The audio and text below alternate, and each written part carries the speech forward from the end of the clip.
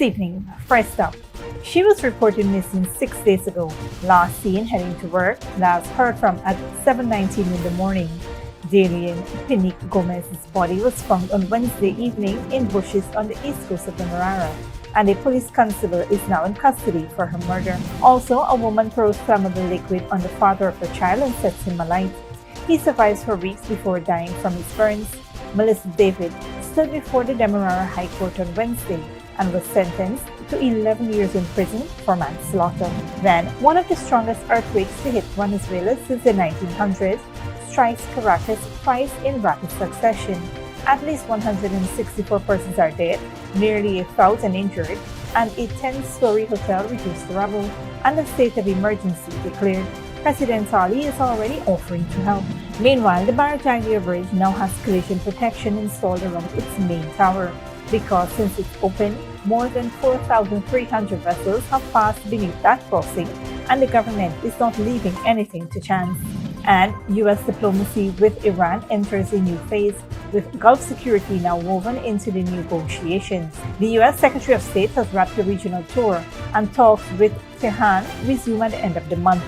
Those stories and more coming up. Stay with us.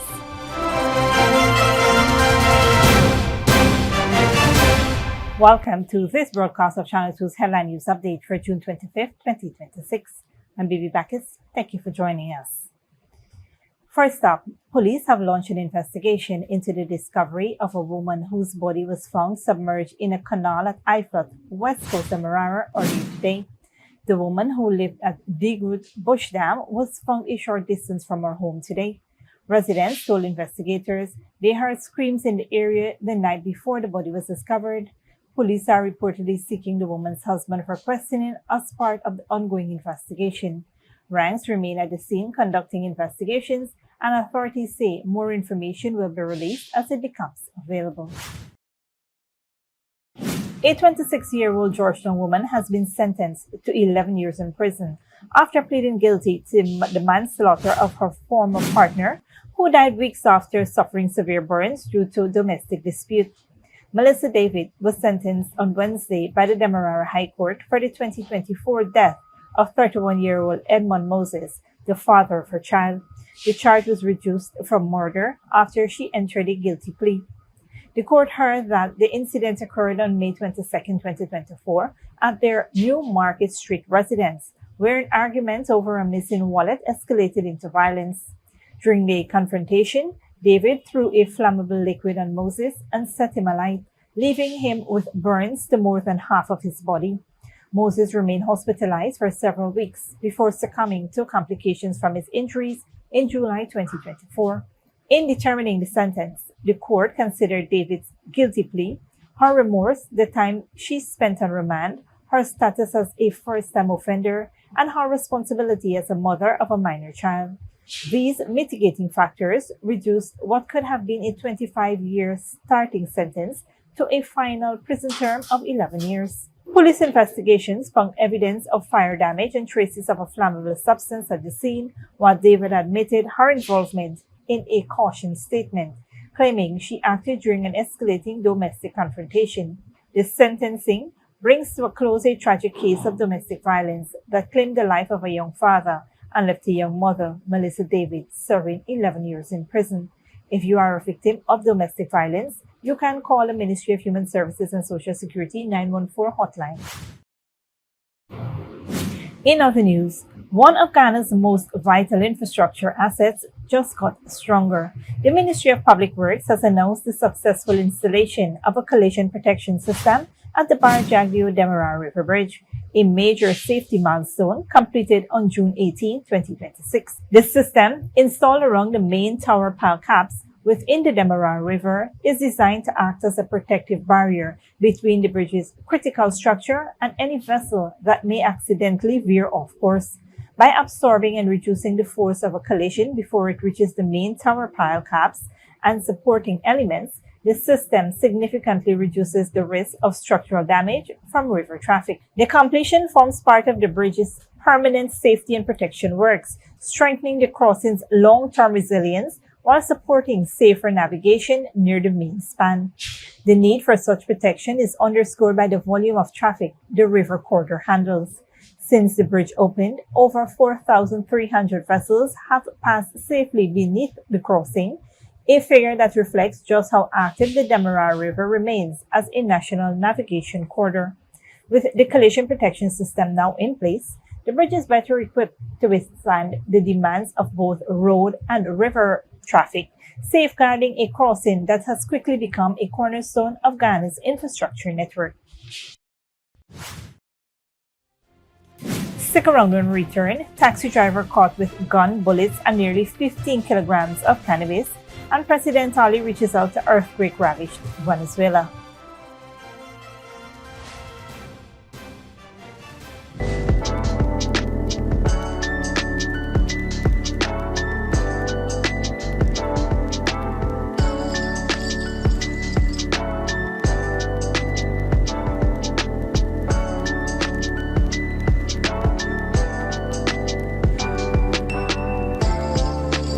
From every region, Guyana is coming together.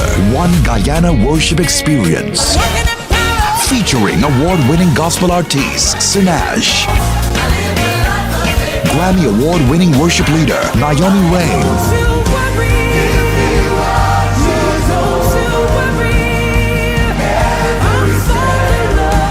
Also featuring Positive. Rolling in my two-man army. My Jesus and I. Samuel Midas. Timothy Roberts. The name of Jesus is higher than every name. Renwick Dewsbury. No more detours. I move according to purpose. No more detours. Not this time. Faith Korika Ned. Solid Youth, and many more. But passes must be secured through your local church and designated distribution locations across the country. July 6th, Guyana National Stadium. One nation, one voice, one Guyana worship experience. Sponsored by the Government of Guyana.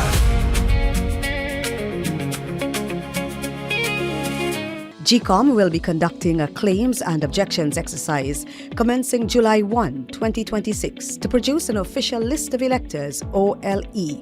If you will be 18 years or older by June 30, 2026, and you are a Guyanese citizen by birth, descent, or naturalization, or a citizen from a Commonwealth country living in Guyana for 1 year or more, you are eligible for inclusion in the OLE. GCOM has posted the preliminary list of electors, PLE, in all the registration divisions across Guyana for you to check whether you are listed, and if so, whether your particulars are accurate. You can make a claim for registration, change, correction to your particulars, or you can object to the inclusion of anyone whom you believe should not be on the list. If you are desirous of making a claim or objection, you must visit the GCOM registration office responsible for your area of residence to do so. Visit the GCOM registration office responsible for your area of residence to conduct any of the above transactions. All GCOM registration offices will open Monday to Friday from 8 to 18 hours, Saturday, Sunday and holidays from 10 to 14 hours. For more information, contact the GCOM on 225-0278-9 or visit www.gcom.org.gy. Good girl forget things. What's the problem, Granny? I want money for borrow for those surgery. I was dancing and I fall and fracture my hip. If you need some quick money, you should check Lender's Jewelry and Pawn Shop. Lender's Jewelry and Pawn Shop, Lot 238 South Road Border, Georgetown. Get jewelry made to order in just 72 hours. We also accept vehicles. Lender's, best rates, longest payback period. Boys, I get through. Plus, I could dance again. Lender's Jewelry and Pawn Shop.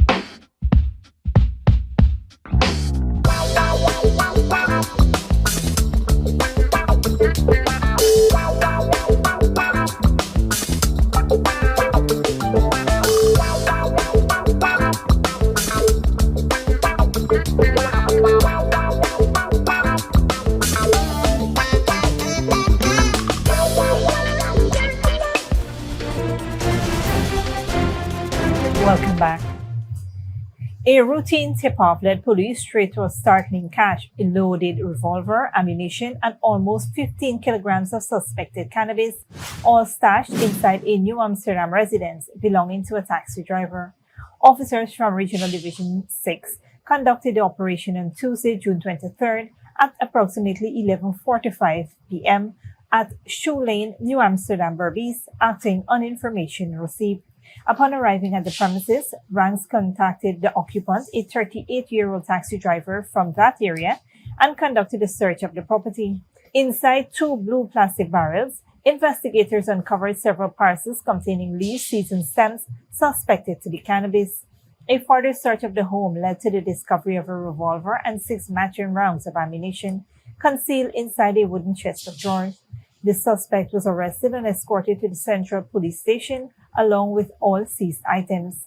The suspected cannabis was weighed in his presence and recorded at over 30 pounds. The firearm, ammunition, and suspected cannabis were subsequently lodged. The 38-year-old taxi driver remains in custody as investigations continue. Updating a story we brought to you earlier this week, what began as a desperate community search for a young Cuban woman has ended in tragedy, with the Ghana Police Force confirming that the disappearance of 26-year-old Dailem Paneque Gómez has been reclassified as a murder investigation, and the police constable, 20-year-old Randy Thomas, is now in custody. Paneque Gómez, a Cuban national who resided in Monrepo, East Coast Demerara, was last seen in the early morning hours of Thursday, June 18, 2026, while on her way to work at the Monrepo Health Center. She was reported missing the following day after all contact ceased. A friend, Abrin Lego, had revealed that Gómez was in text message contact as recently as 7:19 a.m. when she indicated she had arrived at the health center. No further communication was received. After 6 days of sustained investigative work by detectives from CID headquarters, this search came to a grim conclusion on Wednesday, June 24th, when Gómez's body was discovered in a decomposed state from a clump of bushes on the east coast of Demerara at approximately 7:50 p.m. A police constable has since been arrested and is presently in custody, assisting with the investigation. Gómez's disappearance had triggered an outpouring of concerns from the Cuban community in Guyana, who appealed directly to President Dr. Mohamed Irfan and Minister of Home Affairs Wani Walron and Police Commissioner Clifton Hicken, who intensified the search. The Ghana Police Force has confirmed that investigations are ongoing and that a detailed report will follow as the matter progresses. Moving on, as rescuers pulled survivors from the rubble of collapsed buildings in Caracas following back-to-back earthquakes, Ghana's President Dr. Mohamed Irfan was among the first regional leaders to speak, offering condolences, solidarity, and a pledge of assistance to a neighboring crisis. The President, in a Facebook post, wrote, "As neighbors, we are deeply saddened by the scale, magnitude, and destruction caused by the 2 powerful back-to-back earthquakes that struck Caracas. We stand in solidarity with the people of Venezuela. As neighbors, we are ready to offer assistance within our capacity. Our love, prayers, and thoughts are with the families of those affected and the people of Venezuela." His words came as Venezuela reeled from one of the most devastating natural disasters in its modern history.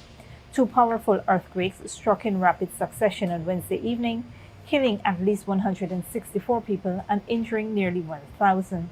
The U.S. Geological Survey described it as the strongest seismic event to hit Venezuela since the 1900s. Both earthquakes struck near the surface, dramatically amplifying the destruction across the capital, Caracas, and a nearby city, which was identified as the worst affected area. A 10-story hotel was reduced to rubble. Buildings collapsed across multiple neighborhoods, and survivors could be heard calling for help from beneath the debris. Acting President Delcy Rodriguez declared a state of emergency, suspended subway and gas services, closed Venezuela's main international airport due to structural damage, and urged the nation to remain calm as 30 aftershocks continue to rattle already weakened structures. President Ali's message of solidarity was echoed by several other nations, including the United States, Chile, and El Salvador, all of whom pledged assistance. Rodriguez has thanked President Ali for his solidarity and willingness to offer support to the Venezuelan people during these difficult times. Don't go away after the break. Colombia elections. Left-wing candidate Ivan Cepeda concedes defeat, and China accelerates shift to electric vehicles as fuel prices surge after Iran war.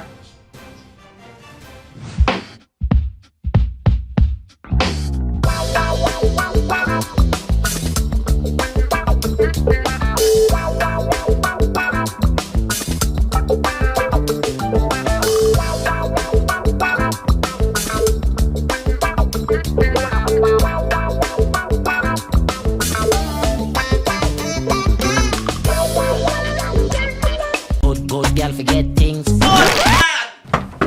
What's the problem, Granny? I want money for borrow for those surgery. I was dancing and I fall and fracture my hip. If you need some quick money, you should check Lender's Jewelry and Pawn Shop. Lender's Jewelry and Pawn Shop, Lot 238 South Road Border, Georgetown. Get jewelry made to order in just 72 hours. We also accept vehicles. Lenders, best rates, longest payback period. Boys, I get through. Plus, I could dance again.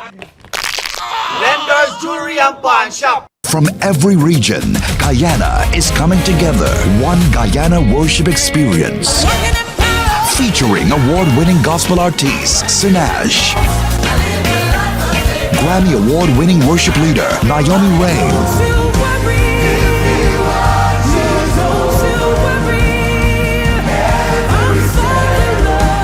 Also featuring Positive. Rolling in my two-man army, my Jesus and I. Samuel Midas. Time I checked, my wings are better and my thoughts are higher than yours. Timothy Roberts. The name of Jesus is higher than every name. Renwick Juicery. No more detours, I move according to purpose. No more detours, not this time. Faith Korika Ned.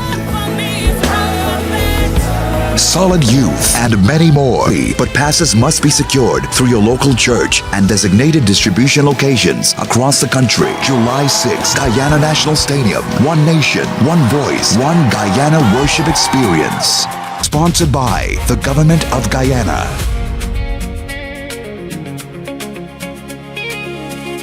GCOM will be conducting a claims and objections exercise commencing July 1, 2026 to produce an official list of electors, OLE. If you will be 18 years or older by June 30, 2026, and you are a Guyanese citizen by birth, descent, or naturalization, or a citizen from a Commonwealth country living in Guyana for 1 year or more, you are eligible for inclusion in the OLE. GCOM has posted the preliminary list of electors, PLE, in all the registration divisions across Guyana for you to check whether you are listed, and if so, whether your particulars are accurate. If you have changed your address since you were registered, you need to visit the GCOM registration office responsible for your new area of residence to apply for a transfer. Tuesday, July 14, 2026 is the last day you can apply for a transfer during this exercise. For more information, contact the GCOM on 225-0278-9 or visit www.gcom.org.gy.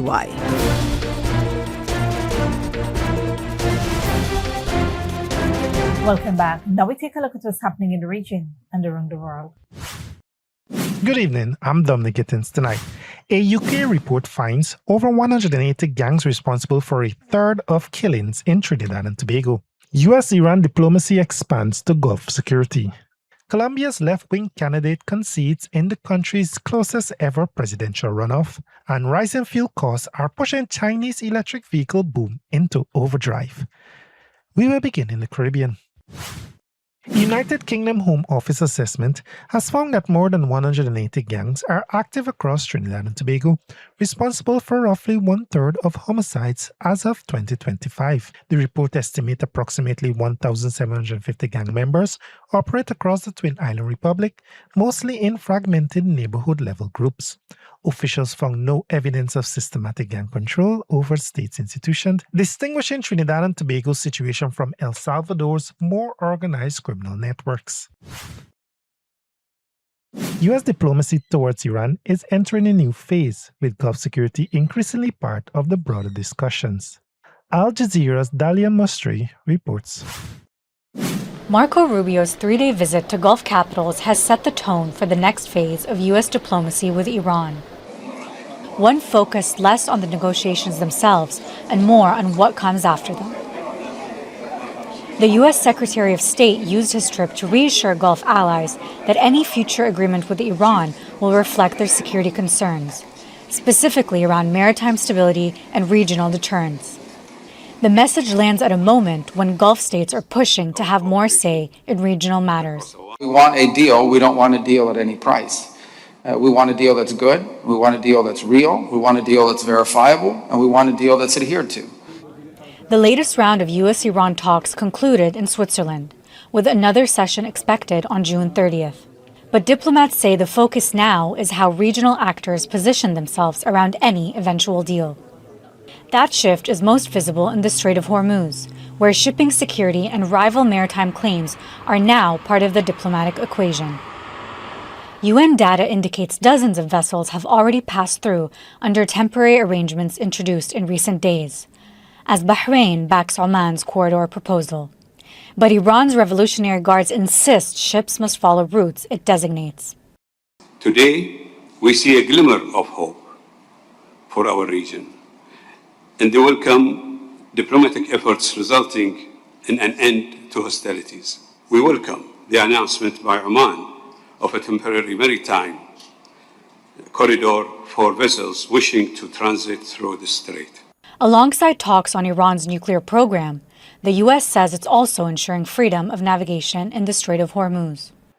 The Straits of Hormuz are international waters. International waterways do not belong to any nation state. This is a foundational principle in the world today, without which the world would be in total chaos.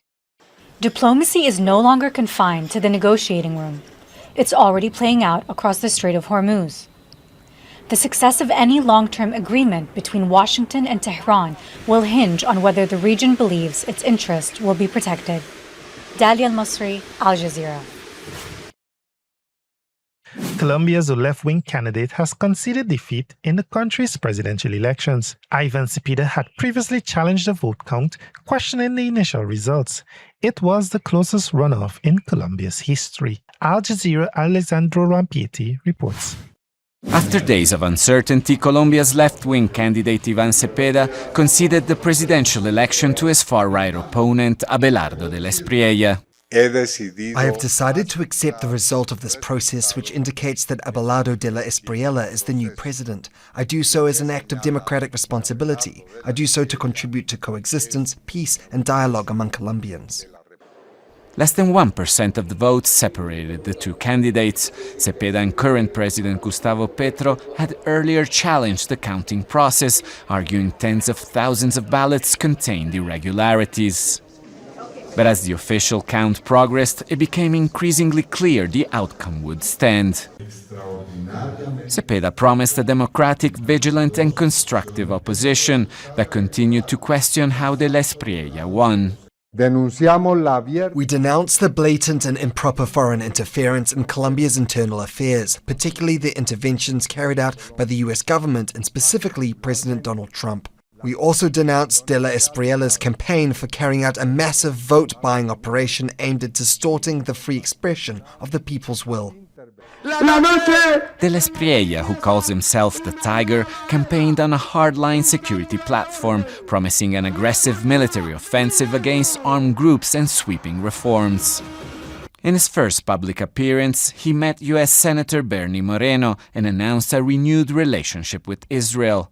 He has pledged closer ties with Washington and announced Colombia will join the Trump-backed Shield of the Americas, a regional initiative aimed at combating organized crime. U.S. President Donald Trump congratulated him. He wasn't anticipated to win, but he won, and he won handily. It's just an honor. He was just a good man. I'd watch him a little bit speak, and he always spoke. You know, when people like me, I like them. It's very simple. It's a very simple formula. But such a narrow victory could complicate de la Espriella's plans once he takes office. He will face a divided Congress and a left-wing opposition determined to defend many of the policies put in place under Gustavo Petro, setting the stage for a turbulent political battle in the months ahead. Now the election might be over, but the divisions it exposed are likely to shape Colombia's politics. Alessandro Rampietti, Al Jazeera, Bogotá. Rising fuel prices linked to the disruption caused by the Iran war are accelerating China's shift towards electric vehicles. Al Jazeera's Katrina Yu reports. For years, Du Pan drove a petrol-powered car through Beijing's busy streets. But last week, he switched to an electric vehicle. He says higher fuel prices caused by the Iran war were the last straw. I never expected the price of petrol would raise that much. In the past, it would go up by maybe $1.5 per time, but now the increase is big. Thankfully, petrol cars are not our only option. Du is one of many people who have moved away from fuel-powered cars in recent months, and the trend could have global consequences. China was already the world's largest electric vehicle market. More than half of all new cars sold here are battery-powered. But it also imported more crude oil than any other country, and around 30% of it passed through the Strait of Hormuz. Before the conflict, China imported around 11 million barrels of crude oil per day. Last month, daily imports fell to just 7.8 million, the lowest level in 8 years. And because of the US-Iran war, some analysts believe Chinese oil demand will permanently drop by between 200 to 600,000 barrels per day. It's a reduction that could affect the global energy market. Part of the reason is some of China's pre-war demand was due to government stockpiling. Beijing bought up crude and stored it while prices were relatively low. Higher oil prices have also affected the prevalence of heavy vehicles which rely on diesel. Earlier this month, China announced a goal for 40% of new truck sales to be electric by 2030. At the same time, demand for traditional cars has slumped, with automakers slashing prices. Du Pan says the crisis in the Middle East made his decision to switch to an electric vehicle an easy one. Before, I spent around $3,000 a year on gasoline. Now, I'll only spend $300 per year charging it. Even if flows through the Strait of Hormuz stabilize and fuel becomes more affordable, he says for him, there's no going back. Katrina Yu, Al Jazeera, Beijing. Thanks, Dominique. This brings us to the end of our regional and global news coverage. Up next is the 3-day weather forecast.